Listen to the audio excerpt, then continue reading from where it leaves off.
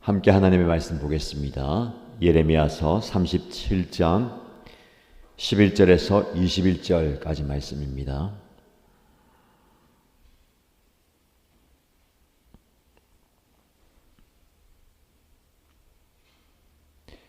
오늘 저와 여러분들이 함께 묵상할 말씀은 예레미야서 37장 11절에서 21절까지입니다. 함께 읽겠습니다.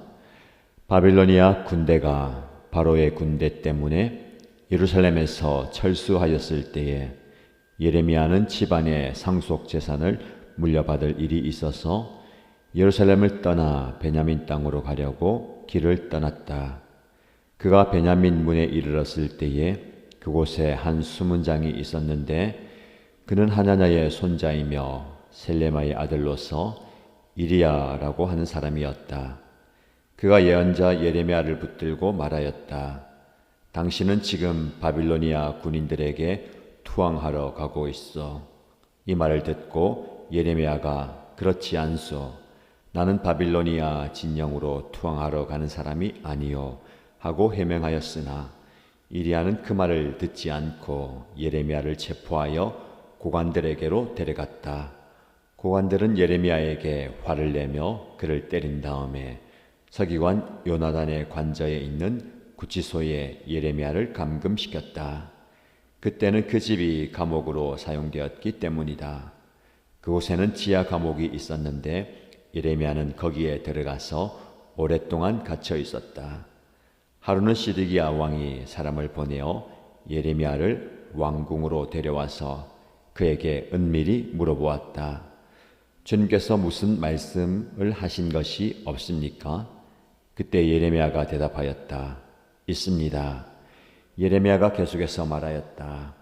임금님께서는 바빌로니아 왕의 소나기에 들어가실 것입니다.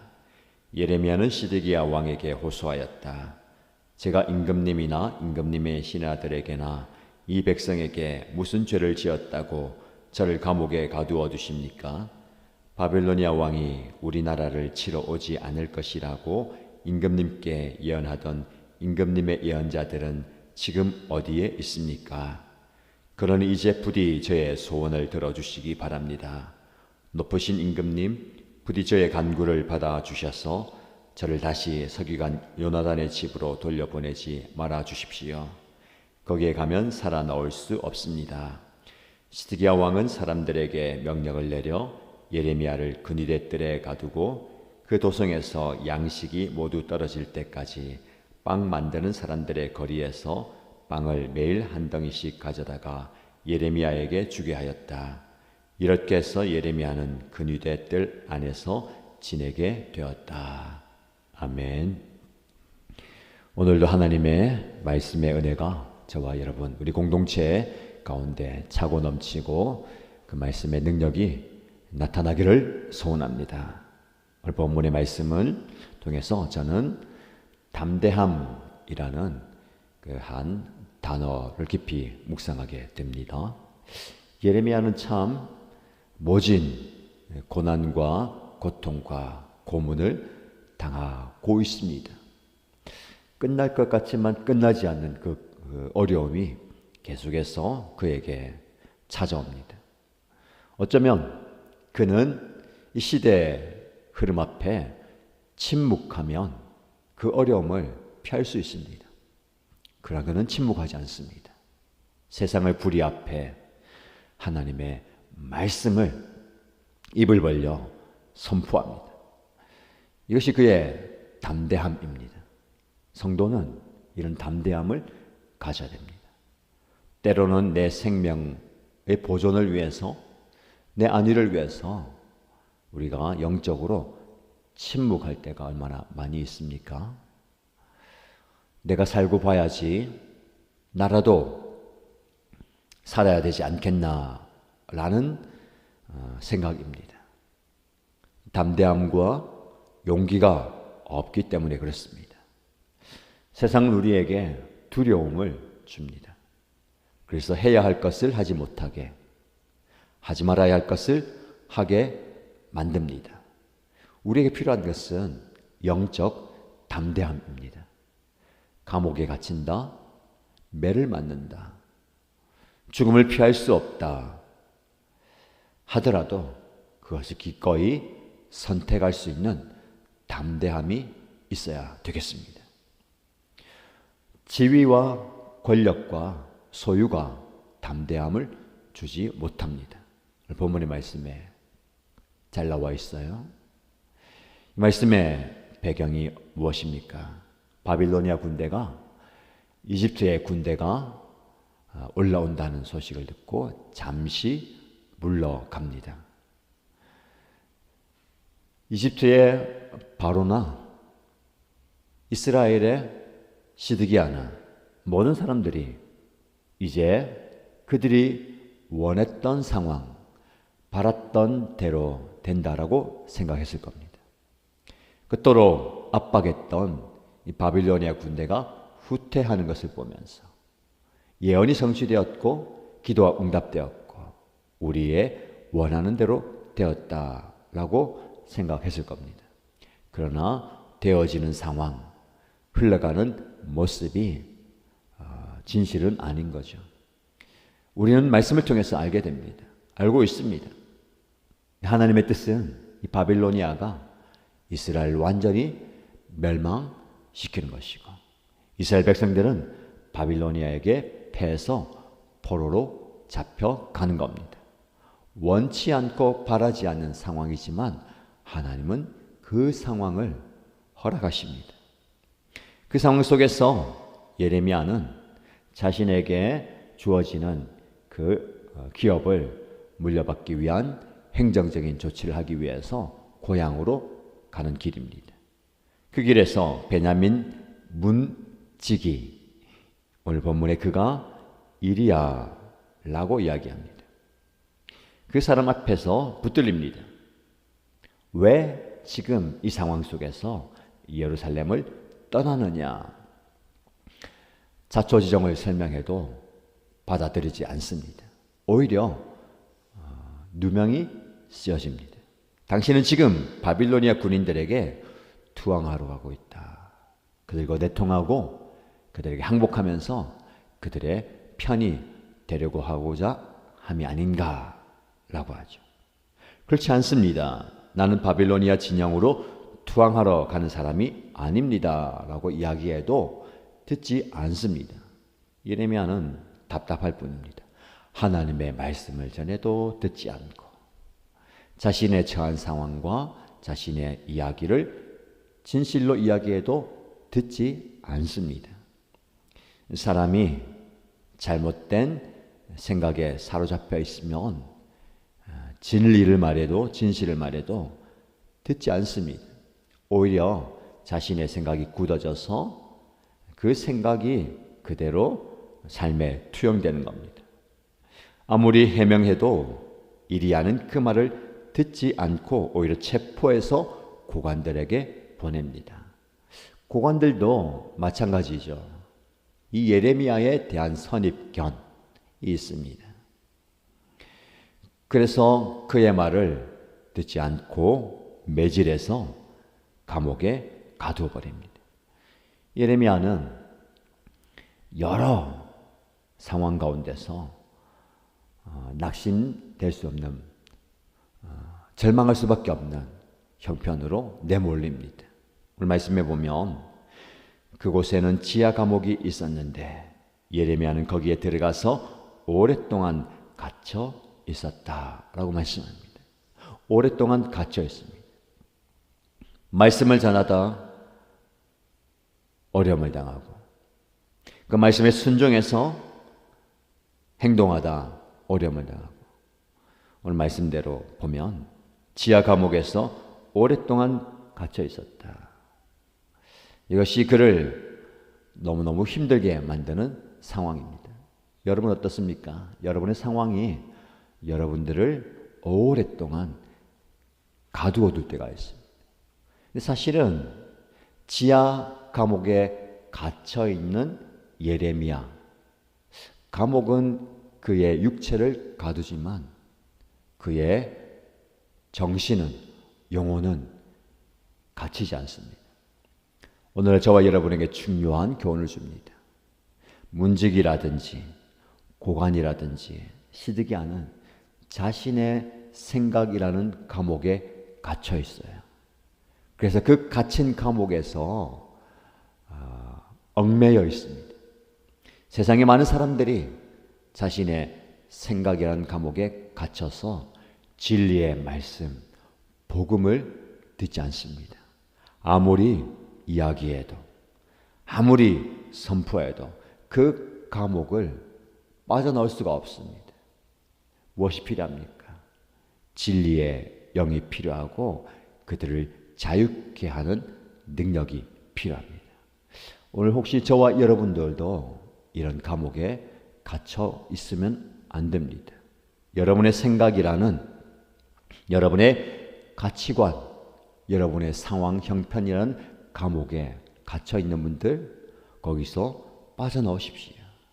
우리의 생각은, 우리의 영은 자유롭게 하나님의 말씀 앞에 서야 합니다. 오랫동안 갇혀있는 예레미야, 오랫동안 갇혀있는 저와 여러분, 육신의 자유함이 사라지고 내 형편과 내 상황이 힘들어도 우리의 정신과 영은 자유를 경험해야 되겠습니다. 이런 글을 시드기야가 불러내어서 물어봅니다. 혹시라도 주님께서 무슨 말씀을 하신 것이 없습니까? 아주 은밀하게 다른 신하들 다 물리고 조용히 물어보는 거예요. 은밀히 물어보는 그 시드기야. 이 시드기야도 신앙의 모순을 가지고 있습니다. 하나님의 말씀은 듣지 않습니다. 순종하지 않아요. 그러나 예레미야를 찾아와서 우리를 위해서 기도해 주십시오. 또 혹시라도 하신 말씀이 있습니까? 라고 물어봅니다. 언뜻 보면 말씀에 반응하는 것 같지만 자기 생각에 감옥에 갇혀서 자기 생각대로 기도해달라. 어제 말씀을 묵상했죠. 내가 기대하는 대로 기도해 주십시오. 또 말씀을 하신 것이 있습니까? 라고 얘기할 때에 내가 듣고 싶은 그 말씀이 있습니까? 라고 묻는 겁니다. 여러분, 제가 여러 번 이야기하지만 우리는 내가 듣고 싶은 말씀과 들어야 하는 말씀 앞에 서 있습니다. 모두가 다 듣고 싶은 말씀 앞에 귀를 엽니다. 마음을 엽니다. 그러나 들어야 할 말씀 앞에 귀를 닫고 마음을 닫아버립니다. 이게 바로 자기 생각에 갇혀 있는 사람의 모습입니다. 내가 듣고 싶은 말씀은 얼마든지 아멘하지만 내가 들어야 할 말씀은 듣지 않습니다. 여러분들에게 권면합니다. 여러분이 들어야 할 말씀 앞에 귀를 여시고 마음을 열고 아멘으로 화답하시기를 바랍니다. 은밀하게 물어보는 시드기야, 담대함이라고는 찾아볼 수 없습니다. 왕이잖아요. 왕이라면 눈치 볼 게 무엇입니까? 거리낌이 무엇입니까? 어떤 때는 자기가 원하는 대로 다 하지만 이 시드기야를 불러와서 하나님이 무슨 말씀하셨습니까? 라고 물어볼 때는 은밀하게 진행합니다. 왕의 체면, 신하들의 시선, 백성들의 이야기를 두려워하는 겁니다. 여러분, 왕이라고 두려움이 없겠습니까? 가진 자는 가진 것을 잃어버리는 것을 두려워합니다. 우리도 그런 모습이 있는 것 같아요. 내가 가진 것, 소유를 잃어버릴까 두려워합니다. 그래서 왕은 신하들의 눈치를 보고 백성들의 시선을 피해서 은밀하게 물어보는 것이죠. 그 왕에게 당당함과 담대함은 찾아볼 수가 없습니다. 영적 담대함이 필요합니다. 왕이라고 그 위치에 올랐다고 그 자리에 있다고 담대합니까? 용기가 있습니까? 우리가 현실을 보면 거짓말을 하고 자신을 변호하고 그 위기를 모면하기 위해서 이런저런 핑계를 대는 비겁함이 보입니다. 신앙에 있어서 비겁함이 있으면 안 됩니다. 여러분, 예레미야처럼 당당하십시다. 담대합시다. 하나님께서 나에게 주신 말씀이 있습니까? 없습니까? 라고 물어볼 때에 예레미야는 있습니다. 왕에게 주는 말씀이 있습니다. 라고 이야기합니다. 귀가 솔깃했겠죠? 듣고 싶은 말씀을 듣고 싶을 겁니다. 무슨 말씀입니까? 그러나 예레미야는 왕이 듣고 싶어하는 말씀이 아니라 왕이 들어야 할 말씀을 선포합니다. 여전히 임금님께서는 바빌로니아 왕의 손아귀에 들어가실 겁니다. 처음부터 했던 그 예언을 한결같이 전하는 겁니다. 감옥에 갇혀있고 왕 앞에, 혹시라도 이 왕 앞에 듣고 싶은 말을 하면 자신의 삶이 변화되지 않겠어요? 자유를 얻고 이 어려움 위기를 모면할 수 있지 않겠습니까? 그러나 그것을 포기하고 하나님의 말씀을 한결같이 전하는 예레미야말로 담대함의 전형입니다. 우리에게 이런 담대함이 있으면 좋겠습니다. 그리고 오히려 왕에게 더 당당하게 선포하죠. 왕이시여, 하나님의 뜻은 바빌로니아 앞에 당신이 굴복하는 것입니다.